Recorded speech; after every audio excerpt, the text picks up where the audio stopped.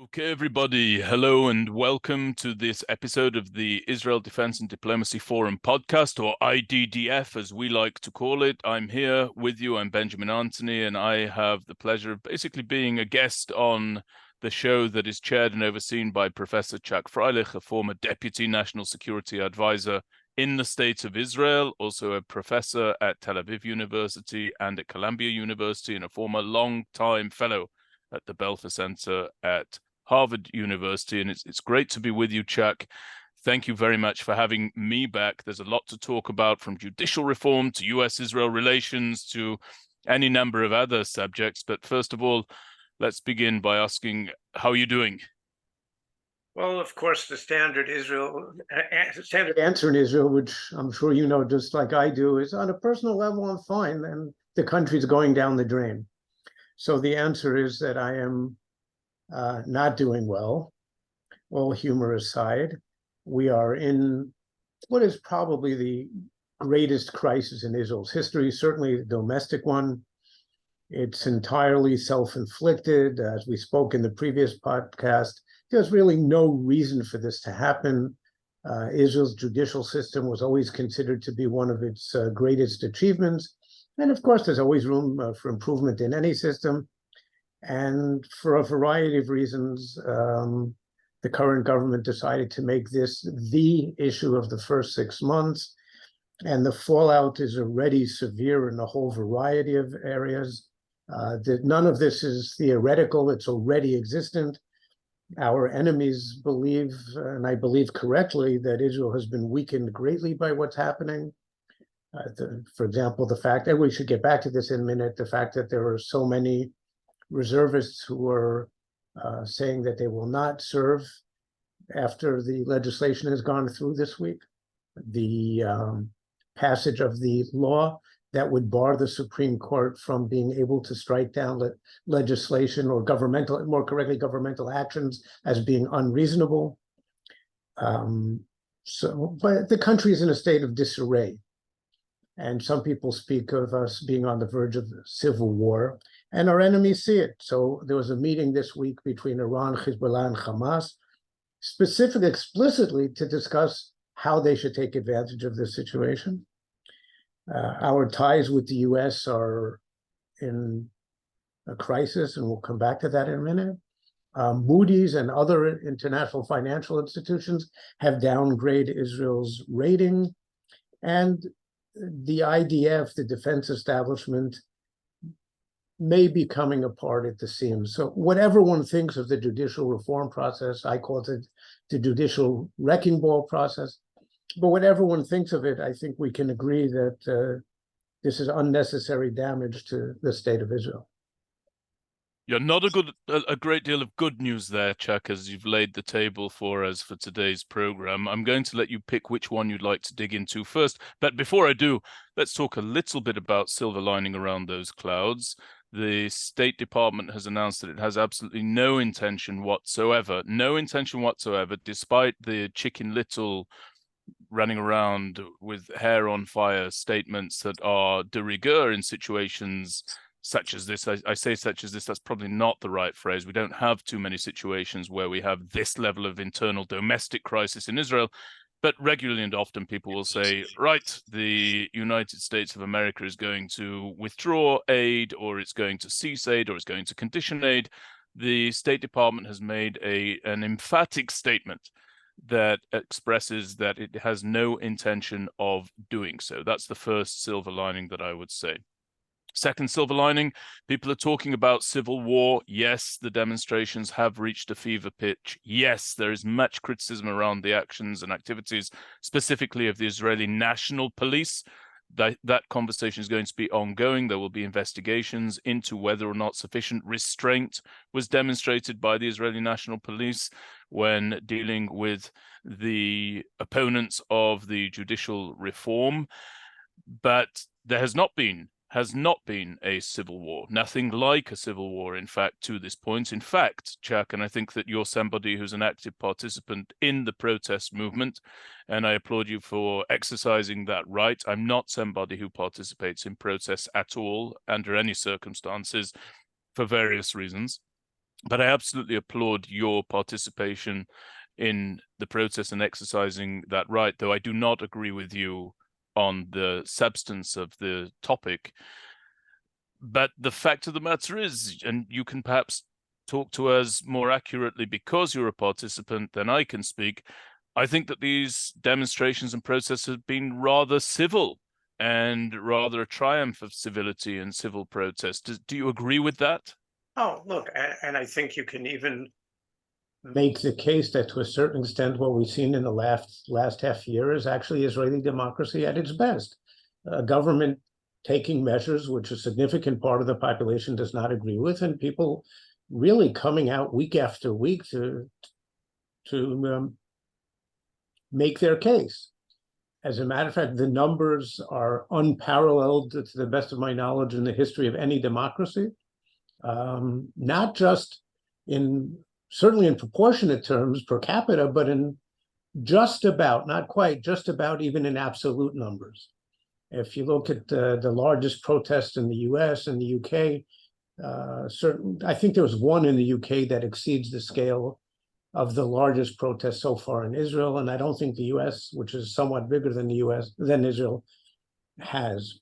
But we reached a critical point this week because the legislation reached a turning point when the government passed the legislation, as I said before, which would bar the Supreme Court from using the reasonableness criterion for assessing government behavior, government decisions, government appointments. And this is something that it's always been on the books, but has become much more prevalent in the last 40 years, give or take, that the court has used it. As a matter of fact, the court uses it much, much, much less than the proponents of the reform have claimed. On average, they've actually used it once a year. So it's not really such a major thing, but it became the cause célèbre, the rallying cry almost, rallying right? cry. Mm-hmm. And what happened is that actually the opposition here, the protest movement, called upon their two doomsday capabilities, so to speak, for trying to fight back, and lost. Because here we saw all of the reservists in critical positions, pilots, the Air Force staff, the people who manned the command center, actually in times of war and in times of peace, but they're the guys who actually run the Air Force. Without them, it doesn't matter how many pilots and planes you have. And a significant portion of the intelligence community, cyber units, all the advanced technology units, a variety of elite commando units. So they say something like 10,000 reservists from the ground forces have said that they will not serve. And of course, among pilots, intelligence, et cetera, the numbers are far smaller, but their numbers in the army are far smaller. And the IDF and also, even as someone who is opposed to this refusal to serve, which is what I am, not only are their numbers far smaller, but of course the impact of a pilot is disproportionately greater. So I just want to add that in fairness to your argument and your viewpoint. Of course. You can do without 100 people in the ground forces. You can't do without 100 pilots. 60%, give or take, of Israel's Air Force pilots are actually reservists, people who come and do a day or two a week for years on end. They can't be active duty reservists if they don't agree to do that. And so in point of fact, they're volunteers because there's no requirement that anybody in the reserves do something like that. And in general, a lot of these positions today, you can say, yes, reserve duty for those who are required to do it is a legal requirement. In point of fact, in Israel today, it's become a matter of volunteering. So that the reasonableness clause went through, and it's clear there's more on the way, possibly an attempt to split the Attorney General's role into two so that she will not be able to continue to prosecute Mr. Netanyahu, and that would then enable him to appoint a new prosecutor, chief prosecutor, more to his liking, who might put an end to the trial. Oh, but I started saying just to add a bit of context to that particular point about splitting the role of the Attorney General. So firstly, that's been something that the Likud-led governments have been seeking to bring about for many years. It's not a new development, and the idea of doing it at this point was put forward and championed by a member of Knesset in the Likud, Dalal, and Dalal has actually said that he'd like to now recant that and withdraw that. So there's a bit of a technical issue there that in order to withdraw that bill for the splitting of the Attorney General's powers, he has to have the agreement, I think, of the other 9 individuals who sponsored the bill, but we'll see whether he gets there or not. But just to make it clear, that's not something that's strictly of the moment. It's been an ongoing issue. That is true, but I think there are contextual reasons for it. Netanyahu I don't disagree with that. I just want to give a little bit of the background. No, well, you're absolutely right. And some people, there are legal experts who support the move. But again, it's being, at least at the moment, it was raised for other reasons. And the fact that he recanted, we've seen on more than one occasion various proposals put out there. The Likud then says, oh, no, we're not going to do it. And it happens very quickly. But I started saying before that the opposition used and failed with its 2 ultimate moves. So one was the fact that the reservists have all refused or are refusing to serve now, not all of them. That was supposed to be something that the government could not tolerate. It is what also stopped the process back in March. And the other thing that failed is the assumption that American pressure and the danger of a rupture with the United States would sway the government. Also, maybe a third factor, the danger to the disruption to Israel's ties with the Abraham Accords countries, the fear that this could lead them to take serious countermeasures. In any event, none of this worked, and the government didn't blink, and it went ahead with the legislation. And I think what we're going to see now is the opposition, the protest movement, looking for new ways to escalate the pressure even more. Because if that didn't work, it's hard to imagine what they will do. It'll be shutting down the country completely. We'll see. Which they can't do. Well, they can't do that, Jack. They're not going to shut down the country completely. And I just want to respond to a couple of quick points, and then we can move forward. Firstly, the idea that the Israeli military was injected into this entire dynamic, in my opinion, is a complete disgrace. I don't think it's anything short of a disgrace. I've said that before. I think that it's everybody's right to protest as and how they wish, but the notion that people would organize beneath the banners of their units or the symbols of their units, by the way, in my opinion, disingenuously so. They do not represent the majority of those units that they evoke in order to increase the potency of their protest. They are not the majority of those units. They're not the majority of the pilots. They're not the majority of 8,200 devoted Israeli intelligence unit, the equivalent of the National Security Agency in the United States of America. They're not the majority of the military writ large.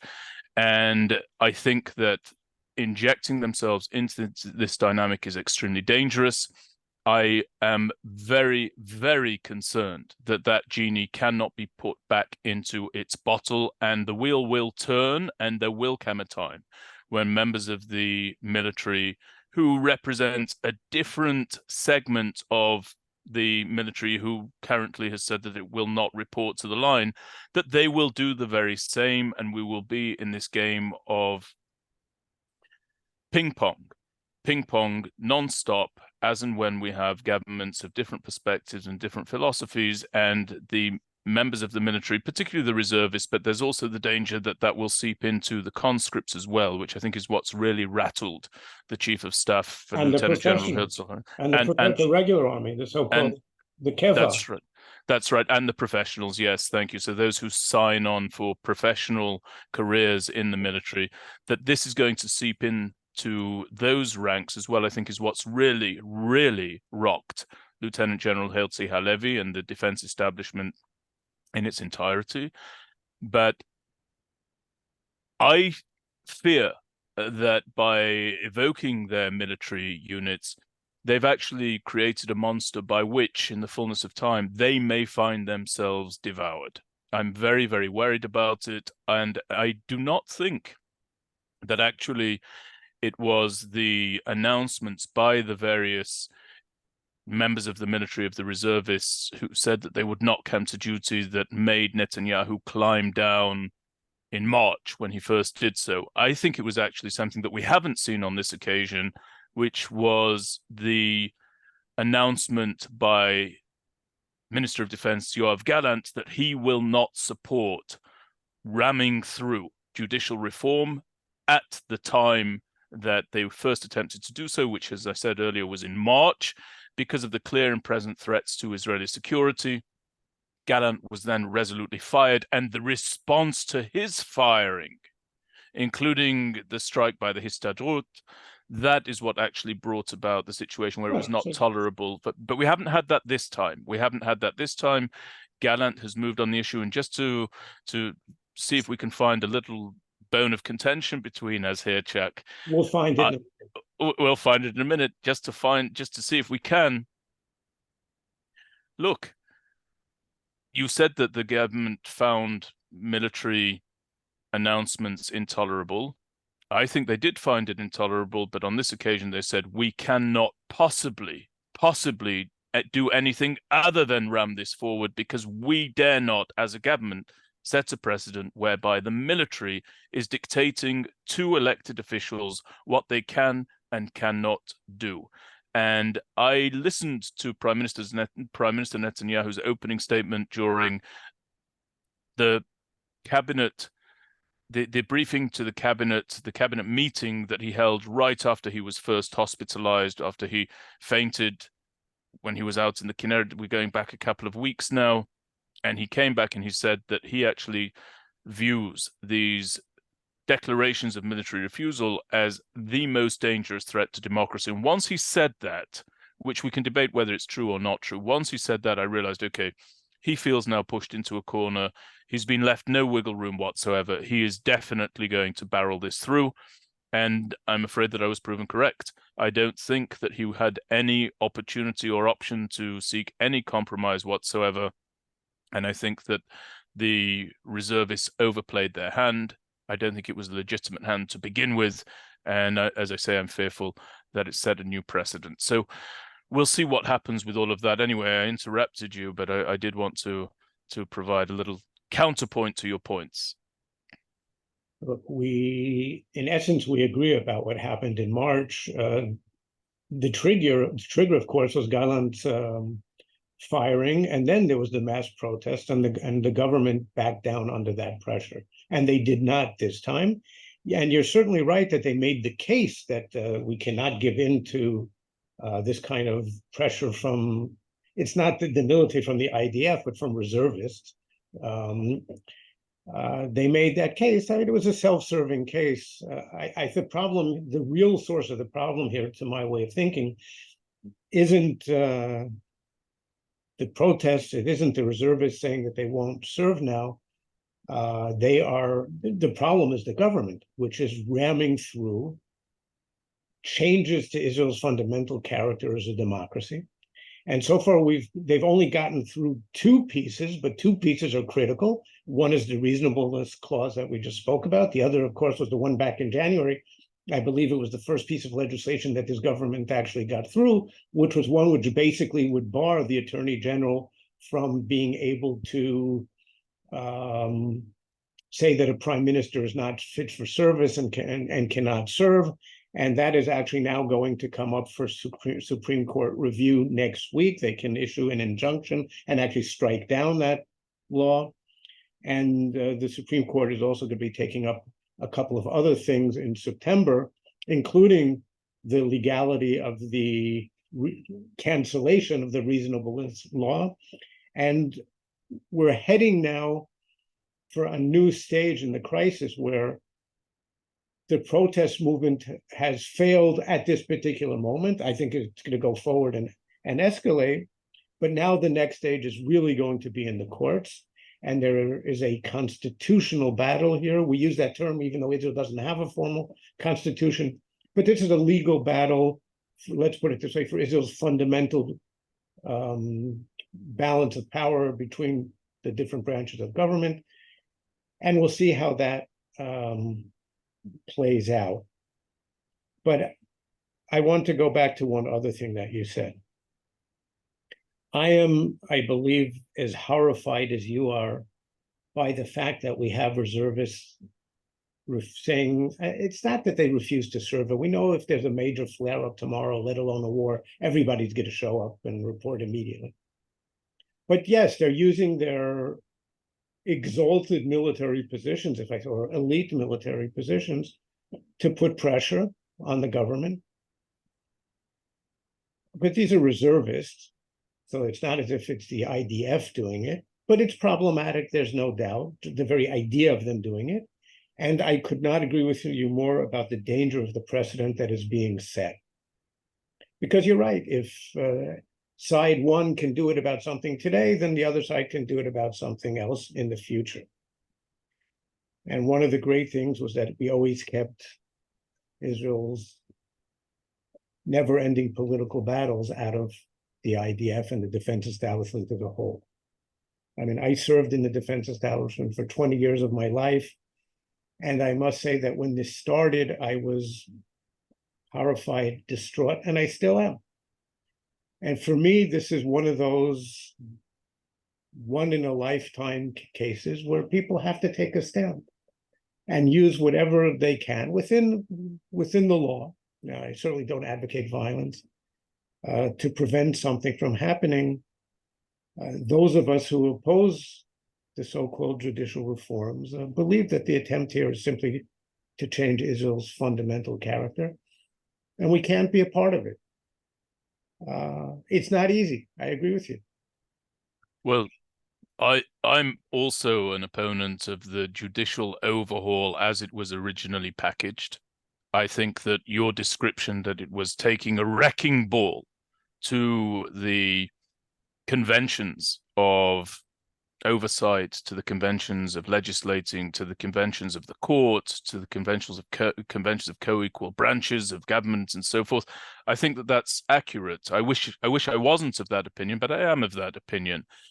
I am in favor of judicial reform around the margins, if I could put it like that. I do think that there needs to be adjustment to the selection committee of the justices. We can talk about that in a moment. But even beyond the nature of the proposed package of reforms that Minister of Justice Levin announced very shortly after this government came into being, is the fact that I just fundamentally do not believe that a prime minister under indictment, or more accurately, a government headed by a prime minister under multiple indictments, is a government legitimately placed to steward and administer and oversee adjustments to the judiciary. It doesn't smell right. It doesn't feel right because it isn't right.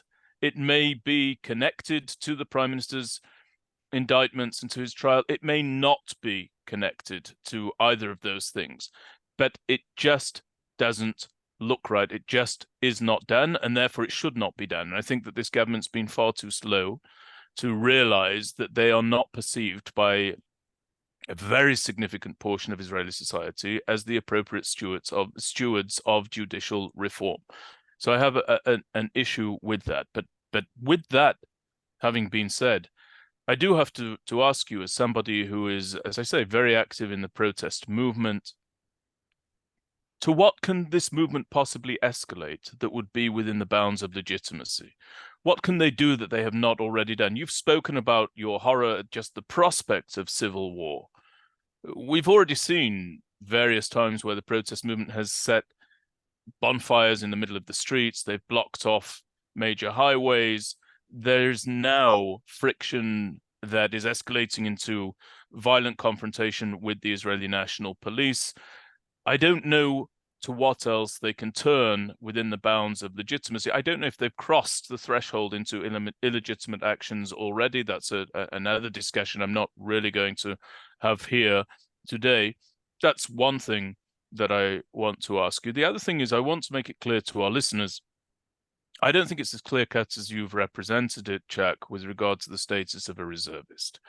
There are some who are announcing that they're not going to report for duty, who are beyond the age of required reserve duty. So in approximate terms, one's requirement to serve ends at about the age of 40. There are many, many people who continue to serve on into their 50s and even into their 60s. And there's real value to those individuals. For example, they have tremendous institutional knowledge. A good example for our listeners to be aware of is that regularly and often, when there's a conflagration with the Gaza Strip, former commanders of the Southern Front who actually operated and commanded inside the Gaza Strip bring with them a wealth of first-hand knowledge and information about what's going on the other side of the fence, and therefore they are looked to help the IDF to plan and to execute its plans. So that's one group. They are volunteers in every sense of the word. But then there is another group, and these are reservists who are required for duty and depended upon until the age at which their reserve duty obligations end.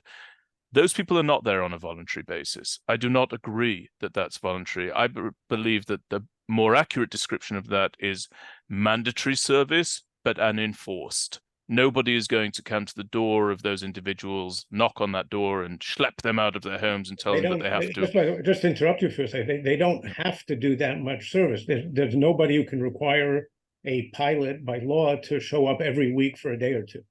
That's right. That's absolutely right. But there is another group within there. You know, the protest movement is not exclusively on the military front. It's not exclusively defined as pilots and members of 8200. There's also this enormous movement, Achim Leneshek, brothers in arms. These are people who populate any number of units in the Israel Defense Forces. Those individuals, in many cases, are required for reserve duty. It is a stipulation that they participate in reserve duty. And quite frankly, they are playing a disingenuous game of words, a mischak milim, when they say, well, we're there on a voluntary basis. Not true.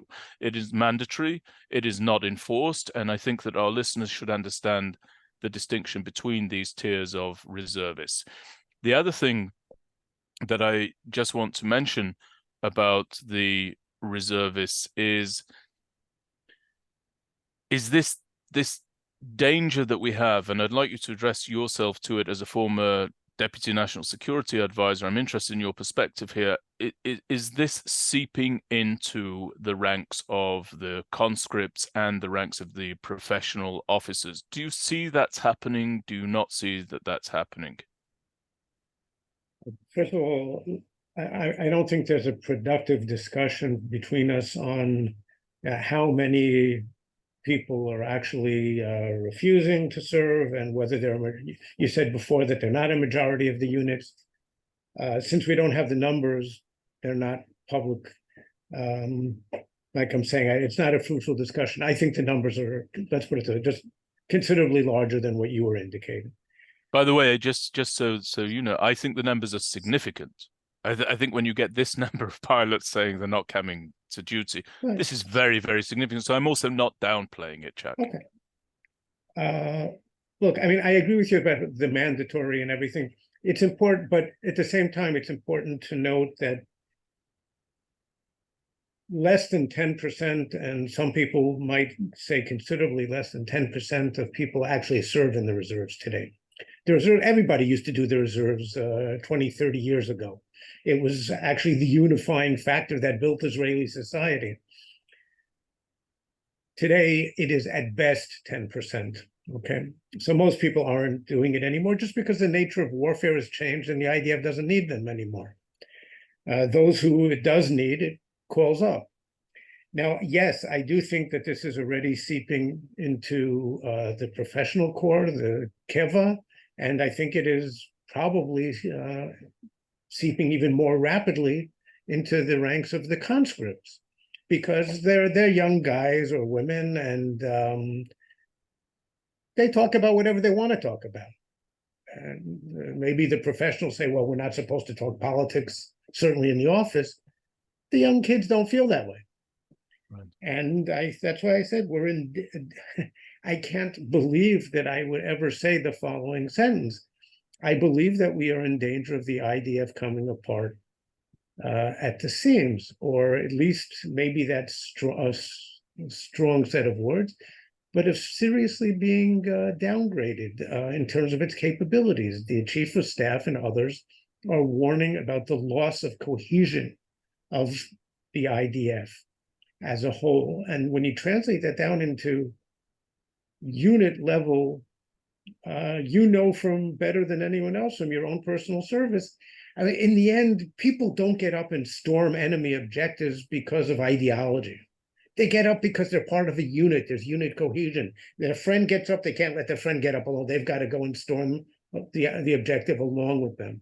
All the studies show that it's that sense of cohesion, my buddy, that's in all armies. That's what gets people to stand up and do that, which is totally in conflict with their human emotions, which is not to do something. So I think we're in a very serious crisis. Again, I think this was something that was instigated by the government, and they should have backed down a long time ago because there's nothing that justifies it.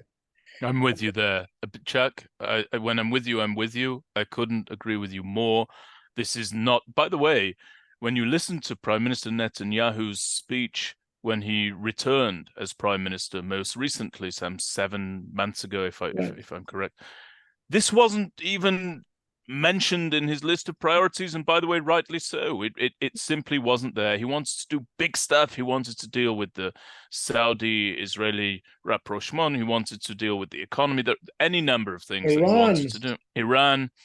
And you're completely right, at least for what my opinion's worth. Chuck, I say that you're completely right on that issue. I don't know that carries much sway with anybody, but you've won me over. One last thing about reservists before either we can move on or not. Because we actually have there are a number of topics that we want to. We've got a bombshell to talk about that we both just learned of a few minutes before this. Well, actually, more accurately, that you brought to my attention, which is really the way of it. But I just one last thing about the reservists. I really am troubled by what you said earlier, which is that everybody knows that if there is a war, all of these reservists who are currently saying they're not going to report for duty will report for duty for 2 reasons. Number one, battle readiness is an ongoing process. Absolutely. It's not as though one, and especially when you're at the top of military duties and requirements, it's not as though one can take off reserve duty, much of which oftentimes is training and practicing. It's not as though one can take off from reserve duty and come back and be ready to go. Even when you report for reserve duty, whether it be to go into war or whether it just be for a drill, it takes 3-4 days to become a soldier again. So the idea that everybody can just turn up, absolutely, to train again, yeah. That's what I'm saying. It takes time to train again. It takes time to tune up again. To give a colloquial term, a reservist arrives for duty with ring rest. It's a real thing. You have ring rest when you go back. You haven't held a weapon for a year. You haven't flown your plane for X number of months. You haven't been brought up to speed with the latest development, advents, equipment changes and alterations and so forth. Getting up to speed does not happen overnight. And if we face a massive attack specifically from the north, those 2, 3, 4 days of extra training just to get ready to go out and repel that threat, those are going to be an expensive 2, 3, 4 days indeed. Absolutely. So I want to acknowledge that. And the second point that I want to make is this. You spoke about Iran, Hamas, Hezbollah sitting around and having tripartite talks about what they might or might not do given the current situation in Israel. Now, when they see that military personnel are refusing to report to the line, that refusal may be what is emboldening our enemies. And so those who say that they will not come to their reserve duty may be responsible for encouraging an attack that otherwise would not be forthcoming. And I think that's grossly irresponsible as well. So I just want to mention those 2 points. Do you agree, disagree? Where are you on those? No, look, on the first, I couldn't agree with you more. We already see the IDF saying, well, so far the hit to the level of operational readiness is not so bad, but in another few days, another couple of weeks, absolutely. And you're talking about, let's say, ground troops who come and they need a few days. Usually it's more than days. You need a week or two of real training if you want to get people really up to speed. But for the pilots to it's not as if they don't remember how to fly the plane. That's not the issue.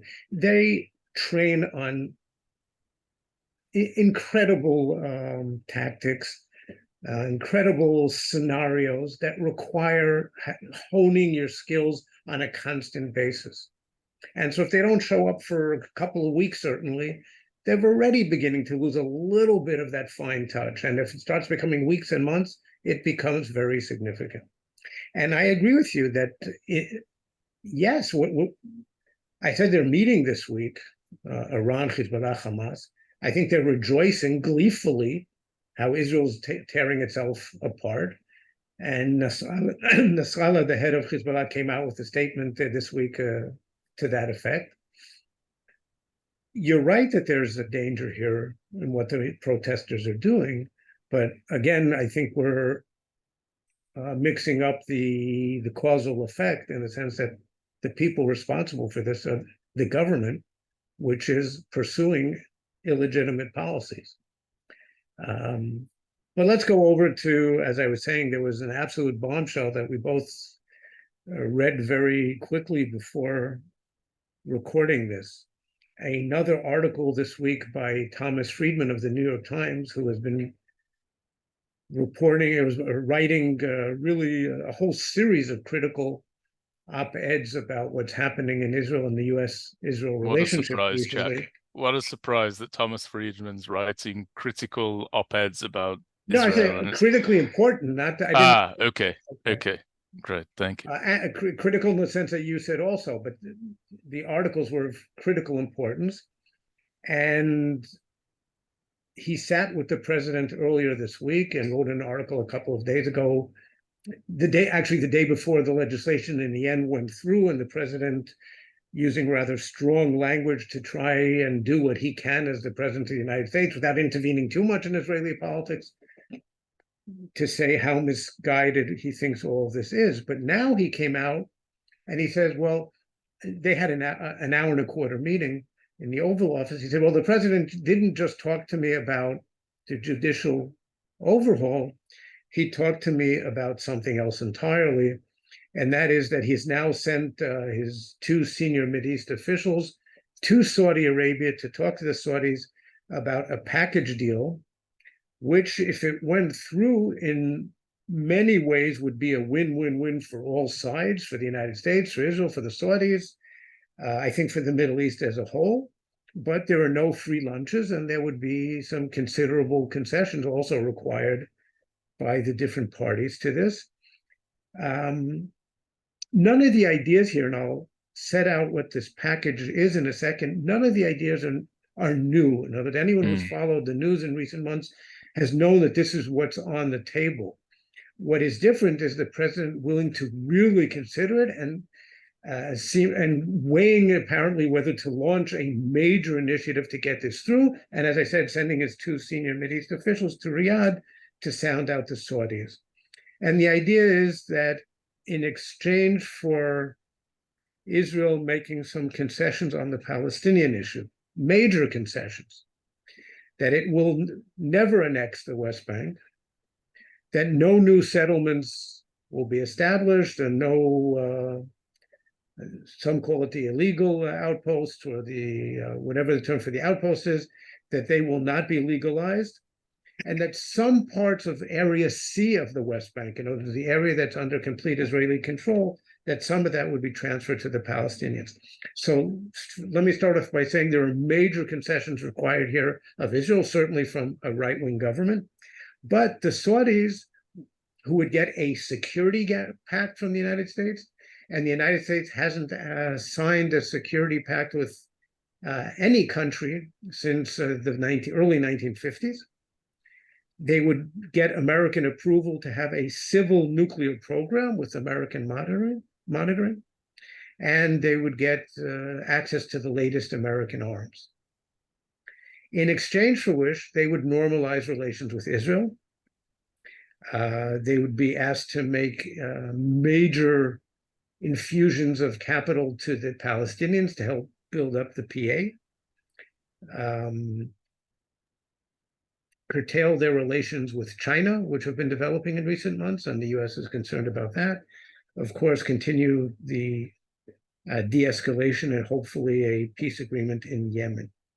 And the Palestinian Authority would basically be asked to endorse the Saudi move.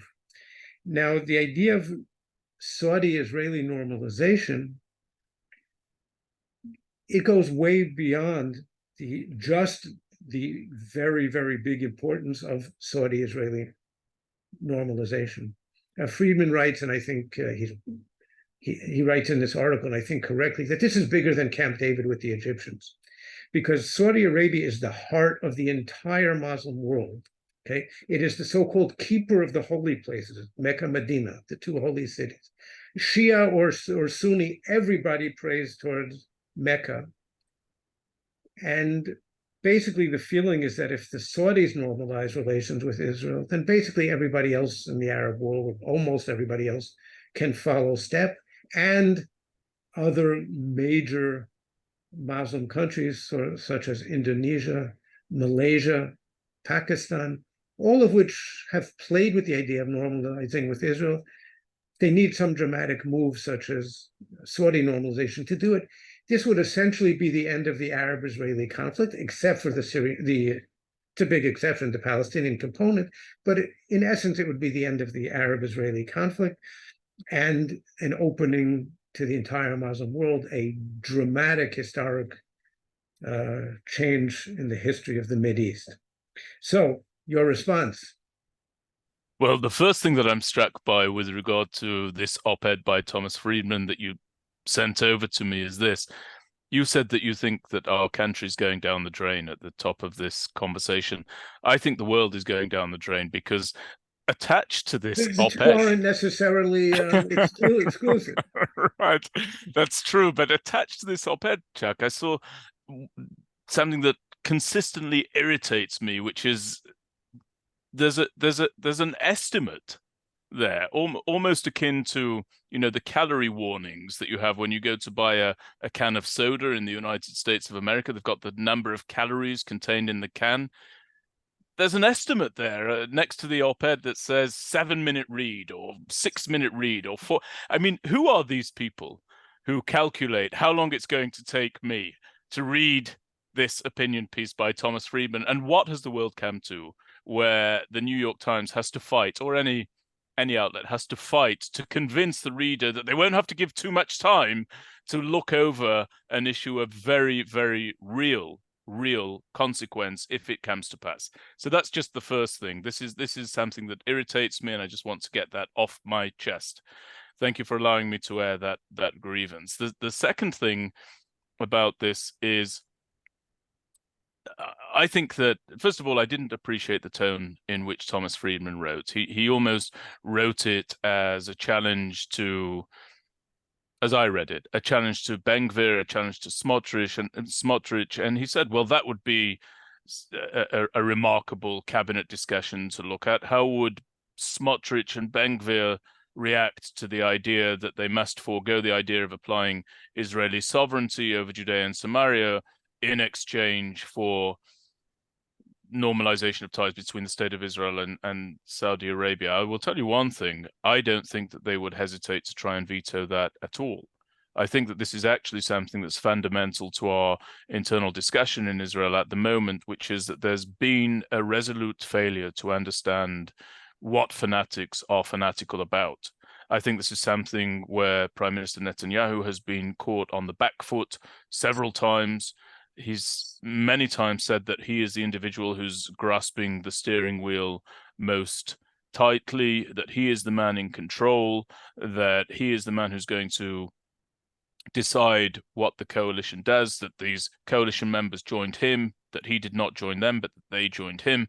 And according to many analysts, none of that's correct. According to many analysts, actually, he's being pulled here, there, and everywhere by these extreme branches of the coalition, those being Smotrich and Ben-Gvir. Not only Smotrich and Ben-Gvir, but Smotrich and Ben-Gvir as heads of, or coalition partners who lead others, obviously, within their camps. Now, when Thomas Friedman says that they suddenly wouldn't be able to resist the offer to normalize relations with the Saudis, I think that he's merely demonstrating, just like Netanyahu has been proven to be in the horns of, he doesn't understand just the degree of fanatical attachment to their ideology that Smotrich and Ben-Gvir have. They would oppose any such attempt at rapprochement if it came at the cost of Israel's presence in Judea and Samaria. By the way, just declare my hand here, as would I. But not because I'm an extremist and I'm a fanatic, but because this is something that I have been opposed to for as long as I've understood this subject. I do not believe that it's appropriate. I do not believe that it will bring about peace. I don't think it will bring about quiet. I don't think it's sensible. And I do believe in the Jewish people's historic, legal, and religious claims to that land. So I don't want to engage in doublespeak here.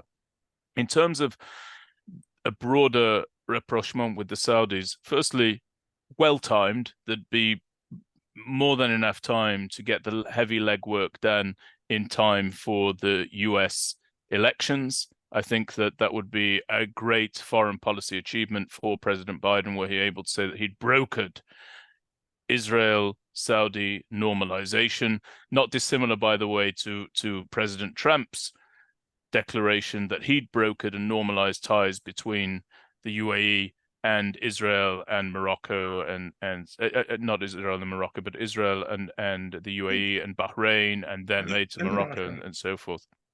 So interesting, the timing. I'm perplexed by something, which is that I believe that this is the administration that wanted to question the hardware and the military capabilities that were to be supplied to the UAE under the terms of the Abraham Accords. And now here comes the same administration to say we're going to increase the firepower and military capabilities of the Saudi Arabian kingdom, by the way, against the backdrop of a war in Yemen that the United States strongly objects to the Saudis' prosecution of. So it makes for an interesting question. Why is it okay in this case when it wasn't okay with the UAE? And I'll throw a little bit of a controversial statement into my response to all of this.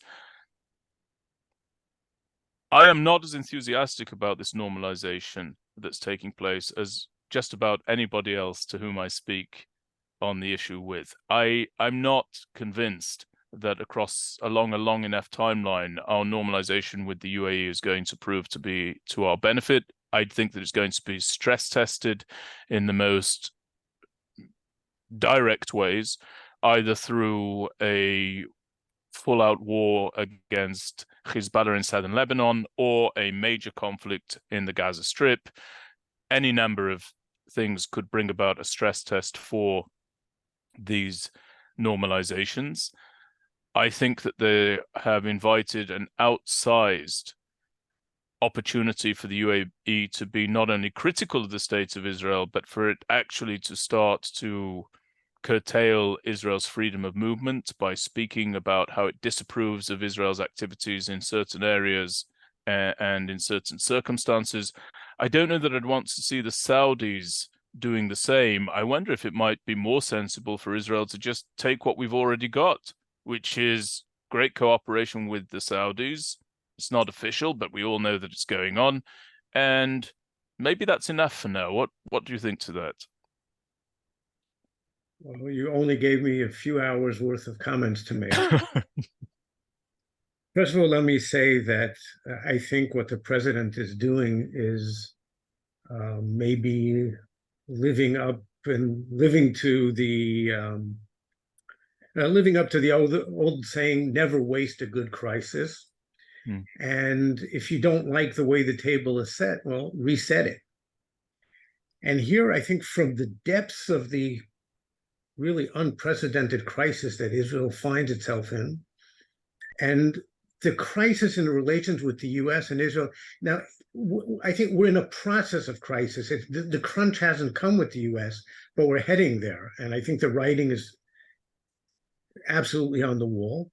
And what the president is doing is saying, well, let me change the situation because what we've tried to do so far has failed. And he's weighing what are, from an American point of view, some rather excruciating decisions.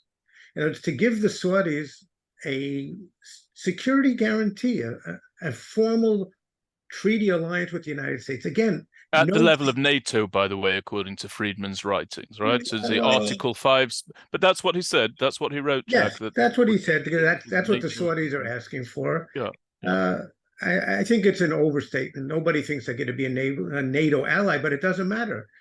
Japan, South Korea, Australia, New Zealand all have bilateral security arrangements with the United States. It's not NATO. It's good enough because it's a security guarantee. Yes, but just to clarify what I'm saying, Friedman's not suggesting that the Saudis become part of NATO. Friedman is suggesting that they will get a security guarantee aligned with Article 5 of NATO, of the NATO Charter. So that's now.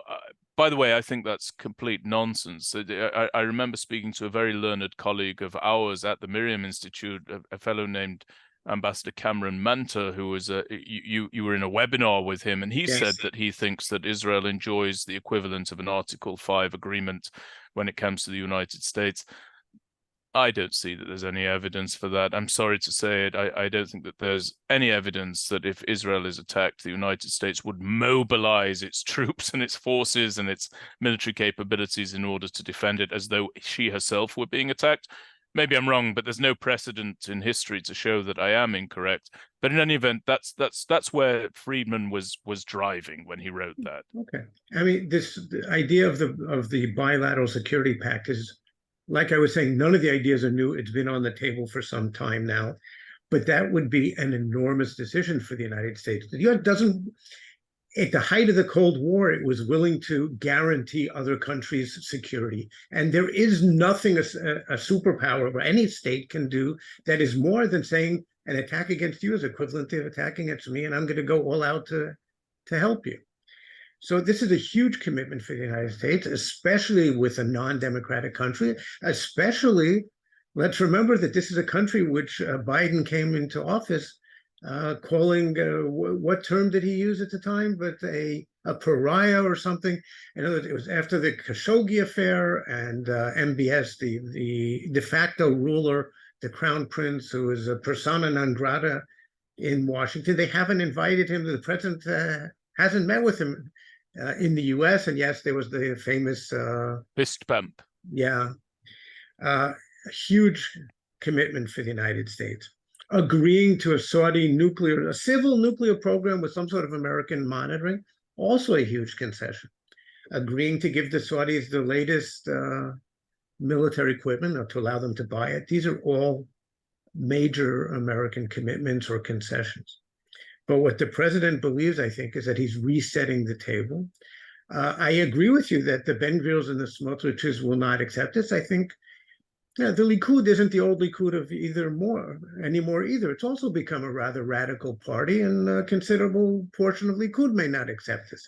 So I think what's going to happen is that this will bring the coalition down if Netanyahu agrees to pursue it. On the other hand, it will allow, or certainly create the room for people like Benny Gantz and even Lapid to potentially join the coalition. So a new coalition without the radicals. They haven't wanted to. I think they probably could have joined Netanyahu probably would have been willing to bring them into the coalition. Until now, they weren't willing to because of the specific reason was because they weren't willing to join a prime minister who's under indictment. But here they would also face a critical decision. Okay, you've got one principle about proper democratic governance. It's an important principle. On the other hand, you've got the opportunity here to create a really historic change in the strategic situation. And I think that they would probably go for that. It would give Gantz them. and Lapid. I think certainly Gantz. And Gantz is, according to the polls, the head of the biggest party today. And even if the polls are off a bit, he's taken off remarkably. So, sorry, did I interrupt you, Chuck? No, just I'm saying. I mean, according to the polls, he's increased his. I think he's get about 31 right, seats that's in two and a most half recent times polls. what he, two and a half times what he has in the current Knesset. And I think Netanyahu's around 28 at the moment. But that, you know, those gaps come and go by the hour and adjust by the hour. They fluctuate. So I think there's probably parity between the two of them in approximate. I think they create an opening here for a new, more centrist coalition. Look, I mean, you said that the relationship with the UAE will face stress tests, and I agree with you. The relationship has already deteriorated. What was in itself a remarkable strategic breakthrough that largely transformed the regional but it is already on the rocks somewhat, Chuck. And by the way, I expected it to be. But it's because of Israel's policy. It's not because of the UAE. They came into this with a remarkably open, warm, wholehearted approach. I don't agree with you there at all. But I want to explain why I disagree with you. I agree that they came in with a remarkable, open and warm attitude towards the agreement.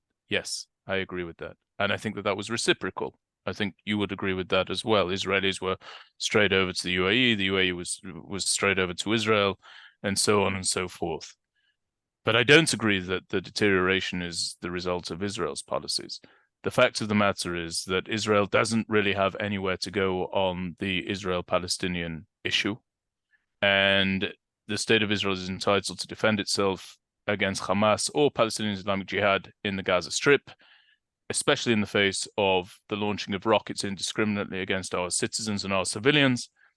And the UAE has no right, in my opinion, to say that we have no right to defend ourselves, that they condemn, that they disagree with, and so forth. That's not. I don't think that's what they're saying. Had there been a different government in office in Israel, which wasn't talking about annexation or de facto annexation, and some are talking explicitly, which wasn't denying the existence of a Palestinian people. If there was a different government in office, but then faced these challenges, I think you would have gotten a very different response from the UAE, and I think you did under the previous Lapid-Bennett government.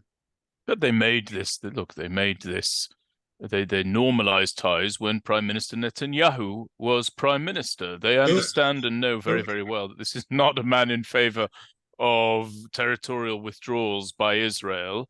And he was somebody who had just been, if you remember, Chuck, and let's try to remember together, he had just been advocating for the application of Israeli sovereignty over the Jordan Valley. So that's the man with whom they made these agreements. There are no surprises there. And there are no surprises that there are now additional members of his government who are still in favor of the application of sovereignty over the Jordan Valley and Judea and Samaria. The deal was that Israel wouldn't annex, and now you've got a government which is all about annexation and is in fact doing it quiet. Some openly and some quietly, some in practice.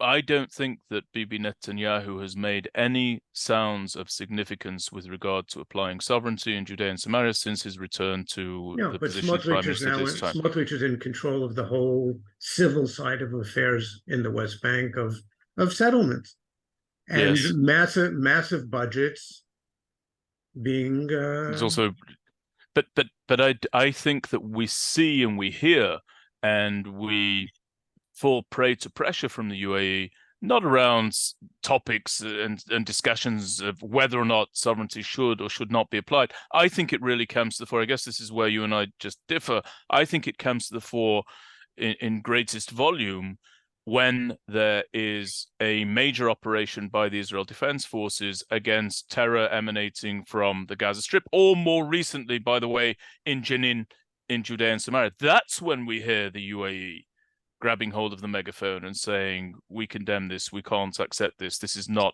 in any way reasonable, and that's where I think that the stress is coming. I don't think it's in academic discussions about whether or not Israel should or should not apply No, it's not sovereignty. academic at all. You're right. You know, so Okay, anyway. I think, well,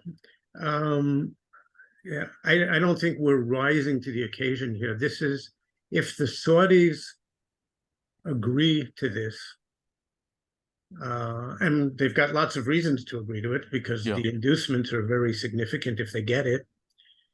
We're talking about changing the course of Middle Eastern history. Now, it comes at a heavy price for that part of Israel which believes that that the Judean Samaria should remain part of Israel, or that most of it should remain part of Israel in a peace settlement. And here we're not even getting a peace settlement, we're just getting a normalization with the Saudis, not with the Palestinians. There's going to be huge pressure on the Palestinians here also. Maybe something good can happen there. I don't think the Palestinians at the moment are capable of doing it, but we're talking a change of such magnitude that it's hard to predict how events will go. Do we want to say anything else about that, or should we move on? Yeah, I'd actually like your insight on the questions that I posed, or on the positions that I outlined. By the way, some of the positions I outline, I'm just trying to draw a distinction between our two viewpoints, and sometimes I'm articulating viewpoints that are out there but are not necessarily reflected by both of us or by either of us. But I'd like to know, in your capacity as a national security advisor, deputy national security advisor, are you not fearful for the idea that the Saudis would become a more potent military fighting force? I mean, why are people willing to look at this and say, you know what, let's just increase their military capabilities? No harm, no foul. They've already done disastrous things through their military in recent years. This is an ongoing point of dispute between the United States and the Saudis as is. I remember recall the words of General Mattis, who said that he described the UAE as little Sparta, right, in terms of its military capabilities. But then there was a counterpoint to that, which was that if we arm the UAE, we might be actually creating a little Frankenstein. Couldn't we end up creating something of a Frankenstein's monster with the Saudis if we see, because within what Friedman has spoken about, incidentally, and you haven't touched on this, but I'd be very pleased if you would do, because I think you've got unique insight here, is Israel's ability to raise objections. Right? Israel can raise objections and say, well, we don't want our qualitative military edge to be in any way diluted by way of you increasing the military capabilities of the Saudis. Surely the Israeli government's going to bring those sorts of objections and reservations to any discussion, don't you think?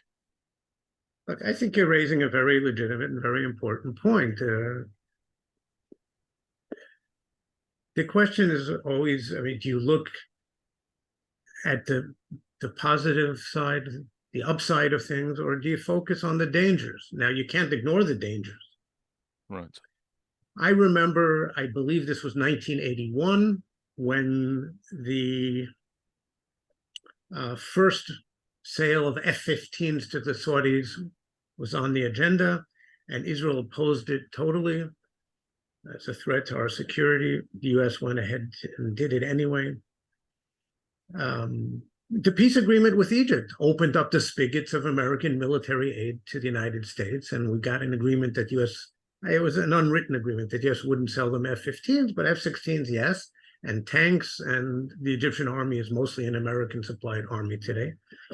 Now, of course, they could have used that for war against us, but do you live in fear of the potential downside of a war, or do you look at the upside, which was we got peace with Egypt? We withdrew from all of Sinai. It's different, by the way, but well, we're getting Sinai doesn't mean to us what Judea and Samaria means to us. It never did. On an ideological level, of course. Right. Here we're getting a peace agreement with the Saudis, and as I'm saying, I believe a peace agreement with most of the Muslim world, and there are no free lunches. And in this case, the lunch is very costly from our point of view. It's not just the conventional arms that you were talking about. which, yes, of course I'm concerned about it. And who knows if Saudi Arabia is going to be Saudi Arabia in 10 years from now, or 20 years from now. Does it become a Sunni kind of Iran, a radical state, which now has the best equipment that the U.S. has and has got untold petrol wealth? Of course, that's of concern. And of even greater concern is the demand for a civil nuclear program. Yes, with American monitoring, but we know that the problem with civil programs is that they then give you the technological basis for doing the bad things, for military programs. That's how the Iranian program started. That's how other nuclear programs are started. So I'm very worried about this, of course. I don't want to live in fear and look just at what could happen. Let's look at what we want to happen and how we, okay, and how we maximize this. Yes, we've got ties with the Saudis under the table today. If we now have a peace agreement with them, business people going back and forth, and it's with the UA, we tie into the greatest financial centers in the world. That they're putting billions, tens of hundreds of billions into areas where we have so much to contribute, whether it's high tech generally, it's cyber, it's what's a cyber, no, excuse me, what's the term for high tech agriculture today, and high tech climate change. Smart climate change, smart agriculture. They're pouring billions into this, and we could be part of this. Okay, Israel is a well-to-do country today. We could probably become one of the couple of richest countries in the world. Now, again, it's not, life isn't all about money. And for people for whom maintaining our control or even sovereignty over Judea and Samaria, this is a huge concession. I agree completely. You have to make a decision. I mean, this is a once in a lifetime kind of choice. But can Israel and then I want to put forward a couple of considerations, and I think we've got time for one more topic to discuss today. But can Israel pound its fist on the table and say, we're willing to enter into normalization, but we want guarantees that certain weaponry, certain hardware, certain military capabilities are not going to be handed over to the Saudis? You've been in these sorts of conversations. Is that something that Israel has the ability to do? Right. First of all, I think if the Saudis get a defense treaty from the United States, then there's another country in the region which has a legitimate demand to do so as well, and that's ourselves. And I've been I don't want to quite say a long-time proponent of a defense treaty with the U.S., but under certain circumstances, a proponent of such. And if we don't even, this doesn't lead to peace with the Palestinians, but we undertake never to annex the West Bank. And the idea, by the way, it's not just not annexing, it's preserving what Friedman was writing about was preserving the option for a two-state solution. Right. But in this broader context of peace with the Saudis, I think the U.S. might be willing to give us this guarantee. And some of the downsides in having this kind of agreement also diminish. That's one point. So we can maybe ask for our own thing. There is, remember, you very importantly mentioned before, Israel's qualitative military edge, the QME. The United States is committed by congressional legislation to maintaining Israel's qualitative military edge. Yes. So if the Saudis get certain things, then we have to get something even better. And the Saudis aren't going to settle, let's say, for less than an F-35. But not all F-35s are necessarily created equal. Right. Okay, they don't all have to have the exact same systems in them, the exact same capabilities. Going back to 1981, one of the conditions that Israel did successfully get the U.S. to commit to, even though it failed to convince the U.S. not to make the sale, was that the planes wouldn't be deployed in certain northern Saudi air bases that are closer to Israeli territory. There are 101 ways that you can play with it to reduce the threat, but yes, it's there. Okay, as I was saying before, we don't know what the future Saudi Arabia is going to look like. If it's going to remain the same regime, if it's going to become a radical regime, who they could theoretically proliferate these weapons to, that would be in violation of their agreement with the U.S. But I mean, lots of things could happen. Well, a couple of considerations with regard to what you said there. First of all, you didn't respond to my suggestion that we keep things as they are. State of Israel has great cooperation with the Saudis. Maybe we should keep things exactly as they are. It's working well for us now. It's imperfect, but I also don't think normalization is perfect, as I've tried to show with regards to the normalization we now have with the UAE, and then transposing the complexities of that onto a potential normalization with the Saudis. Normalization is not perfect, right? By the way, normal is not perfect. Perfect is perfect, which is abnormal. So we can talk about all of that.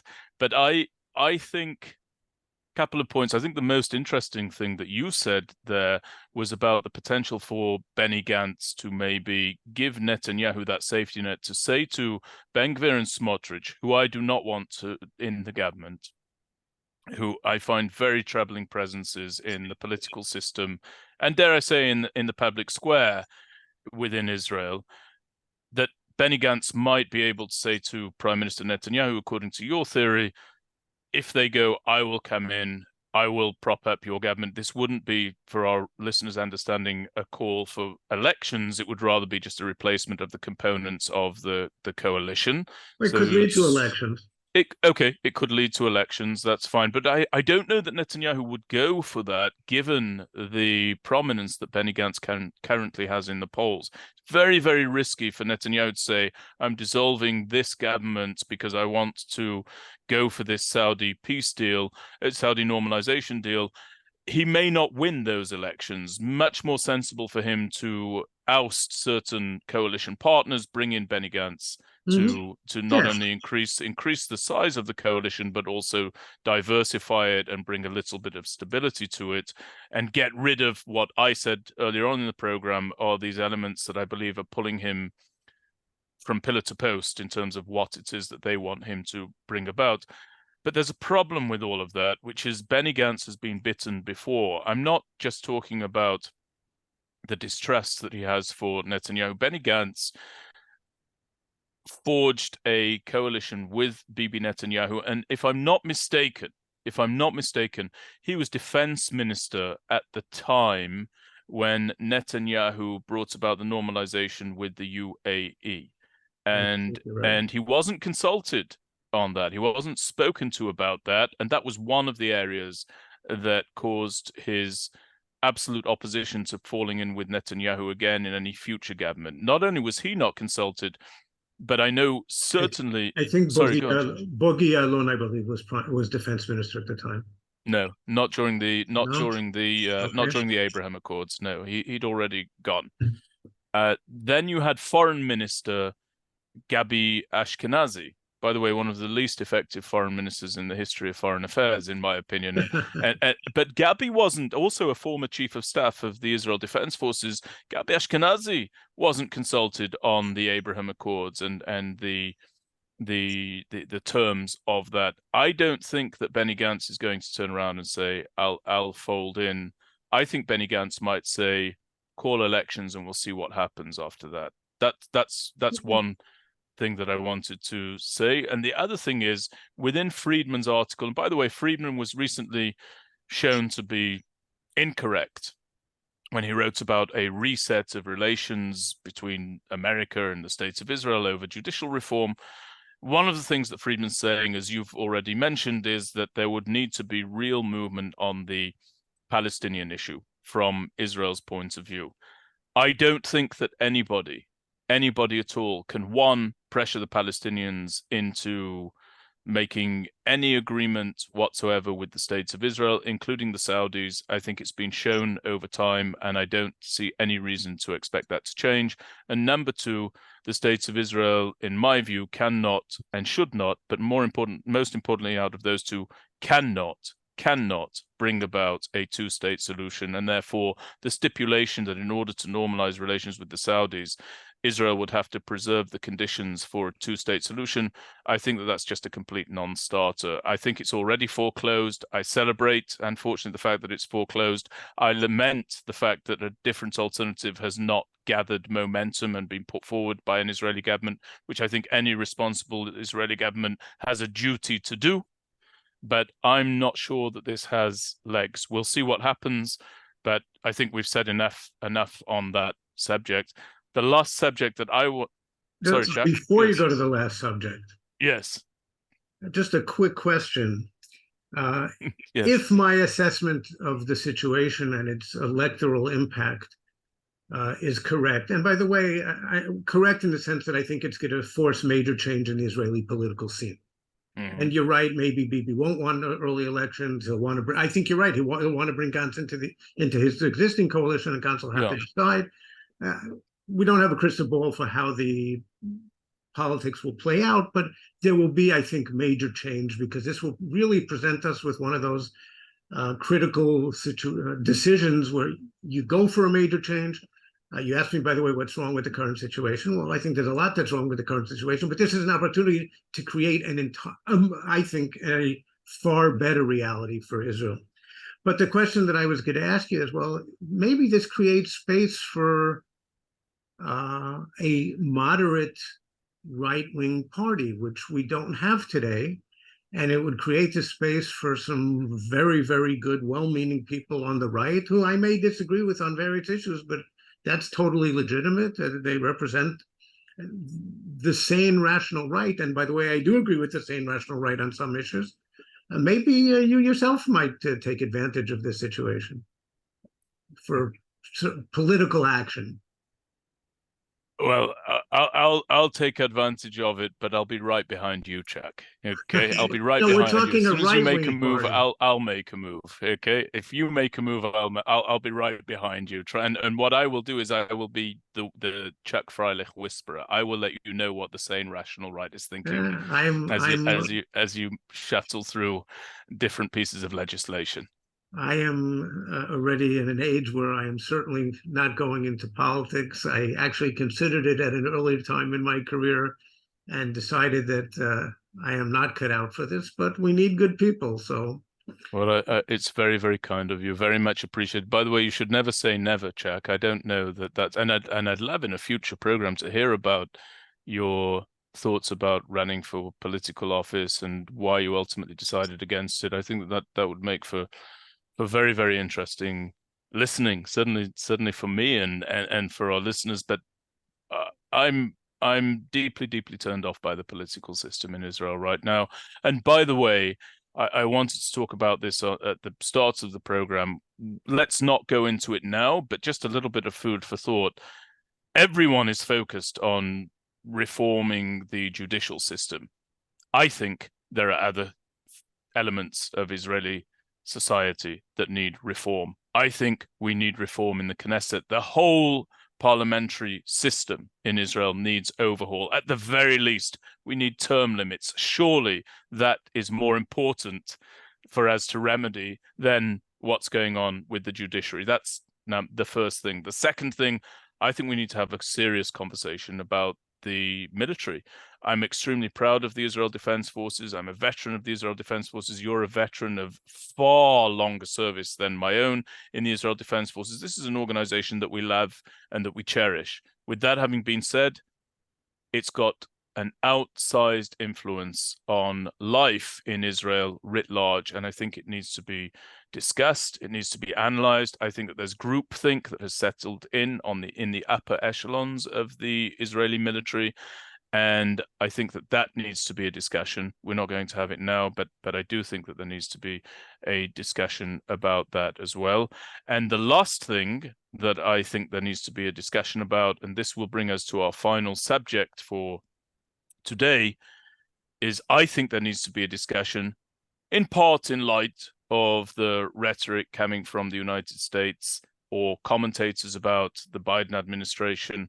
I think there needs to be a good hard look at whether or not it's time for the state of Israel to diversify away from the United States of America. I personally think, and this is the subject on which I'd like us to close, but it by no means has to be our final say on the matter. I personally think that the relationship between the State of Israel and the United States of America would be far more productive, far more durable, and far more to Israel's advantage. And I say that as an Israeli, I'm not an American.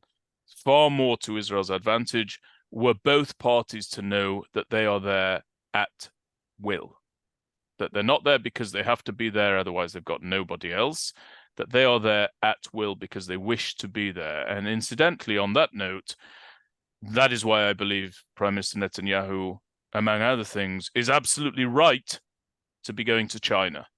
It's his job, it's his duty, it's his responsibility. And I'll come back to our previous subject. We saw the Saudis use to great effect with regard to maneuvering the Americans, to great effect the fact that they had potential other allies. They did it in a pictorial sense, they did it through diplomacy, that cozied up to the Chinese, the Russians, you name it. I think that Prime Minister Netanyahu is absolutely right to go to China, and I think that it will help to show that we too have options. We don't have a replacement for the United States of America. I treasure the friendship and the alliance with the United States of America. I do not think that it has any equals astride the world stage whatsoever. But when we start to hear talk of conditioning aid, when we start to hear talk of withdrawing from Israel, all sorts of other things, probably time to diversify. What do you say? I think diversification is a value in its own right. No country wants to put all of its eggs in one basket, and there's no reason to if you can have additional relationships. We have a relationship with the countries of Europe, and some in particular. We have a good relationship with China today, and growing with Japan and South Korea. And we have extraordinarily important ties. We have some differences over this with the Abraham Accord states and Egypt and Jordan. And yes, I mean, by the way, even the peace with Egypt and Jordan in some ways had for all the phenomenal benefits it brought, in some areas it limited our ability to do things. I mean, there is a price to be paid. When you make peace with somebody, you have to take into consideration their needs, their policy. When you're in an adversarial relationship, you do what you want. Okay. Chuck. Again, I just feel compelled to clarify something. I'm all in favor of Israel normalizing relations, especially with countries in the region, especially with its neighbors. That's wonderful. But, I think that peace deals and normalization agreements, they're like infant children, right? They're always very, very cute when they first come into being. I just think we need to wait and see what they turn into when they become adults. Okay. Of course, you're right. At the same time, there's a famous saying that those who seek perfect security guarantee their insecurity. Because if you try to ensure every time you strengthen your security, you diminish the adversary's security. You increase the threat to them. There is a cost to making peace with the Arab countries. It's not just a 100% benefit. Yes, we have to start taking their considerations into account. And we don't have a free hand to do whatever we want in Gaza or in the West Bank after making peace with them. They have a say, at least. Sure. They don't have a veto. Let's come back to the America issue, because we've spoken about that. Okay. Again, having additional friends in the world is a wonderful thing. I don't think, and I think you agree with me on this, that there is any alternative to the United States. Agreed. And I believe that we owe the United States a debt, and I don't mean it in the financial sense, although that too, that we can never repay. Now, people talk about the military aid because it's the easiest thing. It's tangible. There are numbers, almost $4 billion a year, 3.8 something. That's not the primary part of the most important part of the relationship. People don't realize it. If Israel had to, we could live without that very well. The new government, and maybe we'll disagree about this, they are wasting billions on all sorts of unnecessary things that if they weren't doing that, and I'm not talking, let's say, settlements in the West Bank, which you can legitimately disagree about. they're pouring billions into the Haredi educational systems and into all sorts of benefits for Haredim. And now it turns out that they're going to lower the price of bus tickets in Jerusalem and other Haredi areas, but increase the price in Tel Aviv and other better-to-do or well-to-do communities. There are outrages costing us billions being done daily. We can do, if we have to, we can do without American financial aid, without the 3.8 billion. Military aid, Yes, we don't get any economic aid. No, from, not from economic. I'm States. talking the financial value Aspects of it. of Okay. the military aid. Okay, fine. The dollars, the $3.8 billion. Mm-hmm. It's 1% of the GDP. It's 3% of the national budget. If we had to, 3% isn't an easy cut. We could do it. Yeah. The real point is that there's nobody else out there who would sell us the weapons. And if they were, it's certainly not the quality of the American weapons. And that's only the beginning of the story. It's the guarantee of resupply in times of crisis. It's the fact that not only has the U.S. financed Iron Dome and other defensive systems, but in times of crisis are already agreements with the U.S. that they will send Aegis ships and other means to help bolster Israel's defensive, the air defense systems. Okay. There's the strategic cooperation. We do joint planning for how to address 101 different scenarios. We don't always agree on how to do it, but we do joint planning. The U.S. prepositions munitions in Israel that we make use of. Joint training, all sorts of exercises. Okay, Israeli pilots flying with American pilots together, testing the best techniques, how to do things. Okay. It's the intelligence cooperation. Now, I don't think I'm saying anything secret or sensitive when I say that without the cooperation with the American intelligence system, Israel's intelligence capabilities would be greatly diminished. I'm using cautious language. Cyber cooperation, same thing. Cooperation between commando units doing joint training. Then there's American diplomatic support for the peace processes, for normalization, for establishing ties with countries around the world. There's the fact that the U.S. provides a cover for Israel in every diplomatic forum. People don't realize that if it wasn't for the American veto in the Security Council, the state of Israel would have been under comprehensive international sanctions decades ago over the Palestinian issue, over the various wars and military operations. And by the way, Israel, according to foreign sources, is a nuclear power. We would have been the subject of severe sanctions over that, again, had it not been for the U.S. So I think there's been a lot of loose talk in Israel in recent years. Well, we don't need the U.S. anymore. We can go ahead on our own. But you agree I haven't said that, and no, I no, don't no, say that. Not you. But well, certainly not. But we have to take this relationship as something which is almost sacred. It is a pillar of our national security today. It is certainly, let's say you've got the IDF's military capabilities, which are directly related to the relationship with the United States. You've got the will, the determination of the people of Israel, and you've got the United States. Those are the three pillars of Israel's national security. So to do anything that undermines it is, to my way of thinking, an error.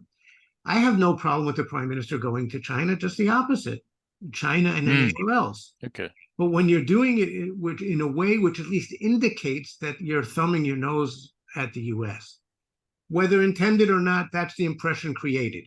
That's how it's interpreted. What is he supposed to do in this scenario? He hasn't received an invitation to the White House. Okay. I don't know if he's likely to receive an invitation to the White House anytime soon. Right. There's talk about a potential sideline meeting at the United Nations General Assembly in September. I'm not sure that even is going to happen, given the most recent piece of legislation. You also think it may not happen. Okay, so he's received an invitation to go and visit China. How exactly is he supposed to go and visit China, which I believe is his absolute duty as Prime Minister of the State of Israel, in a manner that is not deemed as a smack in the eye of the American president, who is not inviting him to the White House, which Prime Minister Netanyahu views as a smack in his own eye by the American president. There's no good way of doing it. There's no good way of doing it, but it would be a grave error not to go. Again, not because China's a replacement for the United States. It's not. And Bibi Netanyahu does not need to be schooled by anybody in the vital importance of the US-Israeli relationship. But he does have a duty to go. He does have a duty, in my opinion, to look into diversifying. I do believe that the relationship between Israel and America, as I said earlier, would be stronger were both parties to know that the other member of that alliance has options on the table. And I don't agree that he's doing this in a way that is particularly offensive to a US president. I think he's doing it at the moment that the invitation has arisen. China might be, but Netanyahu's job is not to manage when the Chinese invite him. His job is to press Israel's interests abroad. And just a couple of other things that you mentioned, and then I wanted to make a quick point about the current relationship between Israel and the US. Number one, the guarantee of resupply. I don't view it as guaranteed. I view it as a great intention, but it's not necessarily guaranteed. There are two occasions that come to mind. Number one was the refusal temporarily of the Obama administration to resupply Israel with munitions for the Iron Dome. You'll remember I believe that was in Operation Protective Edge. It was 2014, I think that Yes, happened. but there's debate whether there really was a refusal or not. I accept that. I don't think the record is clear on that one. I accept that, but there's enough there to cast doubt on whether or not the resupply is axiomatic as it's been portrayed. It's not axiomatic. Nothing like that is. Definitely, it's not. And then you also had this refusal of Henry Kissinger during the 1973 Yom Kippur War, just so that nobody thinks I'm hammering away at the Democrats. Henry Kissinger, then Secretary of State under Richard Nixon, was very, very slow to resupply Israel. Of course, dynamics were very different back then, massively different back then, but again, not axiomatic. There are some who say that he did so only because Golda Meir ultimately threatened to use the nuclear option because Israel was about to be defeated, destroyed, conquered. Say your part, Chuck. I don't think that's what happened there, but okay. But you do agree that there was hesitation for a resupply. There definitely was. I think it took the U.S. 3 days when Israel was actually saying for the first day or two that we don't need things, we're doing fine.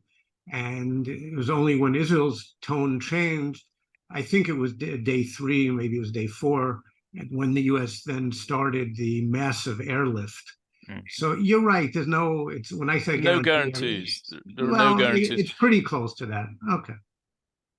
I don't think so. No, I don't think it is guaranteed. And with regard to intelligence sharing, I personally had the privilege of interviewing former Secretary of State Mike Pompeo in Manhattan, and people can see this. There's a video of it online somewhere. And prior to service as Secretary of State, he was, of course, director of the CIA, and he expressed very, very clearly that the CIA absolutely at various times required and needed the Mossad in order to get American interests actually implemented and executed and carried out. Essentially, he expressed that the CIA is such a massive, massive organization with so much administrative consideration around it and bureaucratic considerations around it that you needed the lithe, limber, slighter Mossad in order to help America press its own intelligence. The cooperation is bilateral. This is right, you're absolutely exactly. Right. In the intelligence area, it's a two-way street. It's definitely a two-way street, and Pompeo had no compelling reason to say that other than the fact that it was true. The final thing before I turn to something that I wanted to say is just the diplomatic cover. So the diplomatic cover, I actually did view at one stage as being axiomatic. I actually did think that was the case. I was wrong. It's not axiomatic. And we all remember, I believe it was UN Resolution 2334, just at the end of President Obama's administration, where the US deliberately abstained and did not veto a resolution that was extremely adversarial towards the state of Israel. And many people, many analysts believe that actually the US crafted that resolution. Not only did it not abstain, but it actually crafted that resolution. And so the idea that we have diplomatic cover, or let me put this a different way.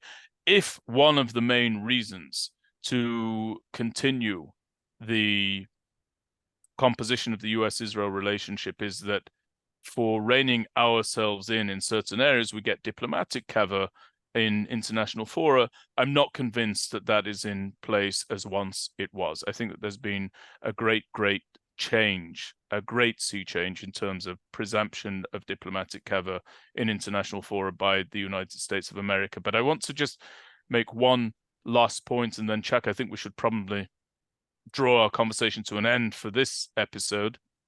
But I feel we're hearing sloganism creep in with regard to what's going on in Israel. And the slogan that we're now hearing is this one that calls for broad consensus. In other words, the idea that Israel must bring about broad consensus prior to making decisions that have a significant societal impact within Israel. And I take issue with that. We've got the Brits calling for that. We've got the Americans calling for it. We've got President Biden calling for it. I don't recall that when it came to the Affordable Care Act, for example, an issue of great domestic significance for Americans, that President Obama looked for broad consensus. I think that was rammed through in a pretty partisan way.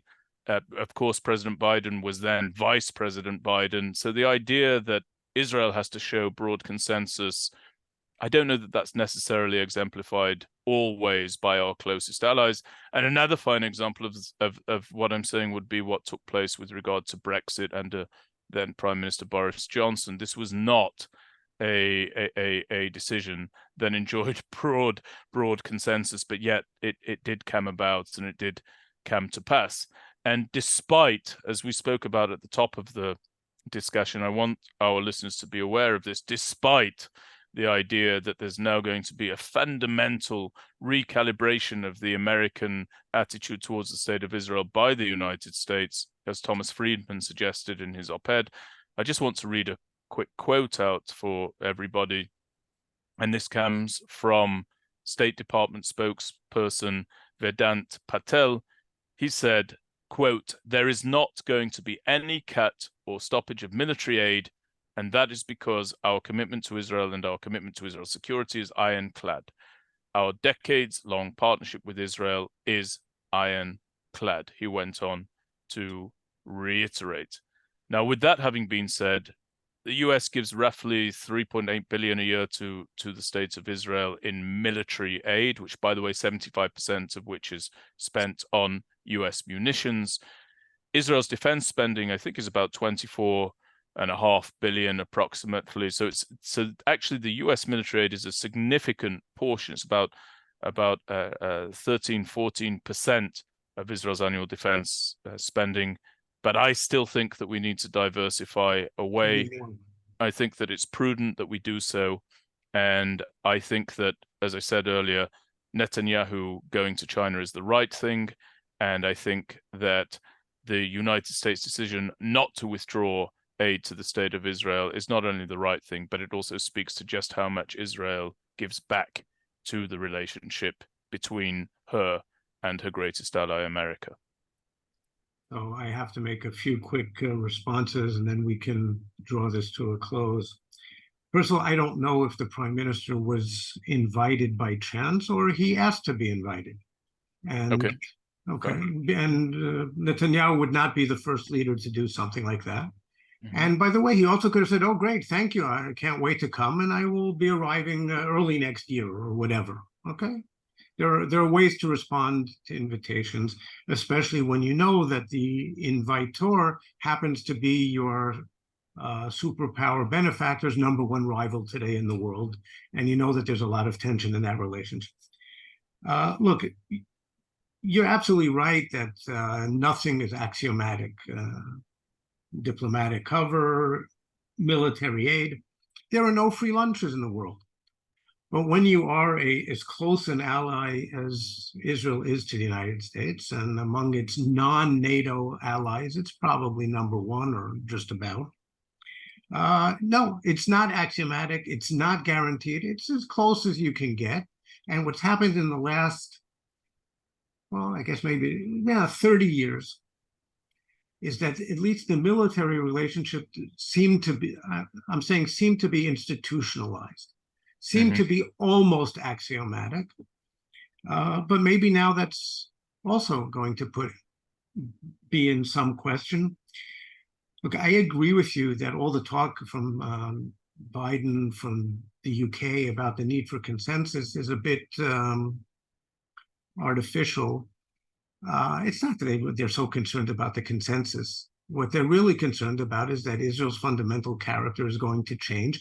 And paradoxically, they're afraid of losing the relationship with Israel at this point, especially the United States, because the American investment in Israel, and I don't mean just financially, is so huge that they can't allow themselves to let Israel go in these directions if they can possibly prevent it. The fact that the State Department spokesman said, of course, ironclad commitment, and there will be no cut in aid. Of course he said that. Nobody expects him to say anything else today. I mean, that's the palliatives that are always used. That's the what's it called? The not the iron. Those are the firm statements that everybody always says.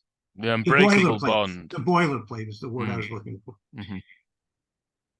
I think that people who don't understand that we are heading for a potential crisis in the relations with the United States, that this is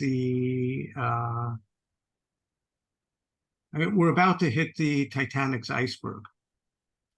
And if we don't take important steps to prevent that from happening, then we're going to find ourselves in a bad position. Our good fortune that we have a president as pro-Israel as Mr. Biden is.